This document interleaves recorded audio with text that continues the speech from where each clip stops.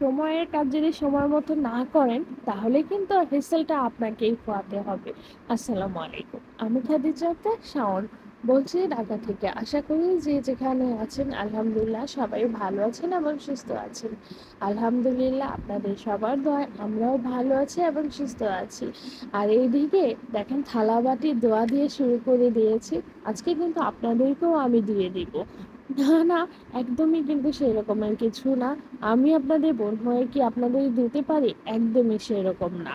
তো যাই হোক, আজকে কি হয়েছে, এত থালাবাটি হয়েছে। দুপুরে খাওয়া দাওয়া করে একদম সন্ধ্যার নাস্তা খেয়ে তারপর রান্না করে এসেছি।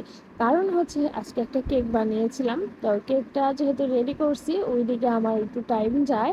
আর আমার কেক তৈরি করতে একটু বেশ সময় লাগে, এই জন্য। আর ফাঁকে ফাঁকে তো অনেক কিছু দেওয়া হয়েছে, এইগুলো আর ধোয়ার মতো সময় সুযোগ হয়নি, তো কি করব, রেখে দিয়েছি।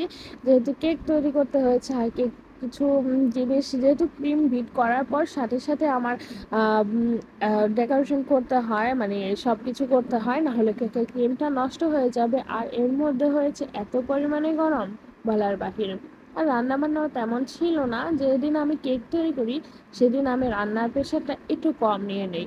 আচ্ছা, আমার ভিডিওটা আপনাদের কাছে কেমন লাগে আপনারা কিন্তু কমেন্ট করে আমাকে বলেন না। এই জিনিসটা কিন্তু আমার কাছে খুবই খারাপ লাগে। একটু কমেন্ট করে তো উৎসাহ দিতে পারেন, তাই না বলেন? তো যাই হোক, এইদিকে ভাত বসিয়ে দিয়েছিলাম, ভাতটা হয়ে গিয়েছে থালাবাটি ধোয়াতে ধুতে। আর এদিকে হয়েছে আপনার রান্না করেছি আজকে শর্টকাট চোয়া মাছ ভুনা। আচ্ছা, কে কোথা থেকে আমার ব্লগটা দেখছেন একটু কমেন্ট করে জানাবেন। এই পর্যন্ত যারা যারা আমার ব্লগ দেখেছেন সবাইকে অনেক অনেক ভালোবাসা। আর এই যে চোয়া মাছ রান্না করে নিয়েছি আর আপনারা কি মাছ বলেন আমাকে একটু কমেন্ট করে জানাবেন। আমরা তো চোয়া মাছই বলি। আর বেশি কিছু করব না, ডাল দুপুরেই রান্না করেছি, তো ডালটাও এক ফাঁকে গরম করে নিয়েছিলাম। আর হচ্ছে গিয়া আমার আম্মু রান্না করে কচু শাক দিয়ে দিয়েছিল, কচু যেটা বলে সেটা। কচুটা আমি যেহেতু রান্না করতে পারি না, তো আম্মু সবসময় রান্না করে দেয়, এই যে এখন গরম করে নিচ্ছি। আর আপনাদের থেকেও